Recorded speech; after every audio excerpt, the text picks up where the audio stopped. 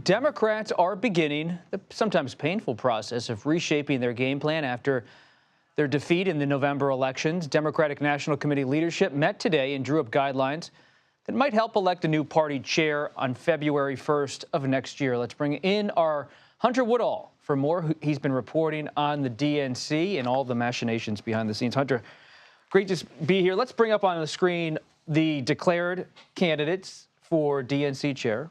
We got Ken Martin there, Martin O'Malley, Ben Winkler, Nate Snyder, James Skoufis. Skoufis or Skoufis? Skoufis, I believe. Skoufis. Not everybody knows these names, including myself. I cover national politics, and I'm not sure of the New York State senator who's running for DNC chair. With all apologies to the senator. Clearly getting to know you by now. So these aren't, with respect, I don't see Terry McAuliffe level fundraiser running for DNC chair. I don't see a former governor like Ed Rendell when he was DNC chair, was mayor of Philadelphia, then became DNC chair, then ultimately became governor.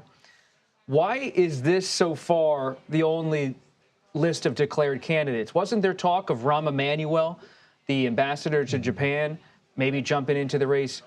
Before we get into this slate, what's your read, your reporting on why these are the people stepping forward and perhaps not others?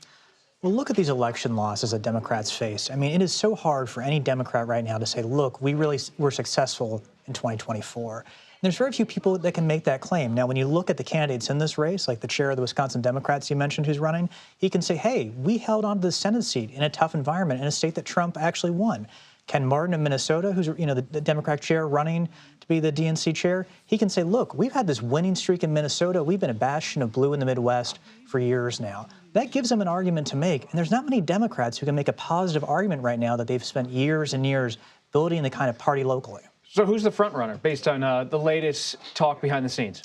Well, that's a fascinating thing. Here we are. We're in this, hotel ballroom in Washington, D.C. here with, these rules and bylaws, DNC members talking. And the candidates are there. You have, former Maryland Governor Martin O'Malley, who's probably the most well-known. He's not the front runner in this race. It's, it seems to be, you have Ken Martin, that Minnesota Democratic chair, then Ben Winkler, the chair of the Wisconsin Democrats. They're the people that, DNC members know, they've talked to, they have this relationship, especially with Ken Martin, who's been a DNC member for so long, has built those relationships. It can't be forgotten. This is not a huge election in terms of people actually voting. The DNC has less than 500 members. There's tiny towns in this country much bigger than this. Have you covered Ken Martin for a while? I have. I'm a former reporter for the Minneapolis Star-Tribune, and Ken is very proud of the party he's been able to cultivate in Minnesota. And we think back to 2016. Donald Trump winning all these Midwestern states, those blue wall states. Donald Trump narrowly lost Minnesota, and Ken takes a lot of pride in, hey, even in a year where Democrats were suffering, they still did well in Minnesota. And they got a running mate in Tim Walz, the governor. Hunter Woodall, thank you for stopping by. We appreciate it.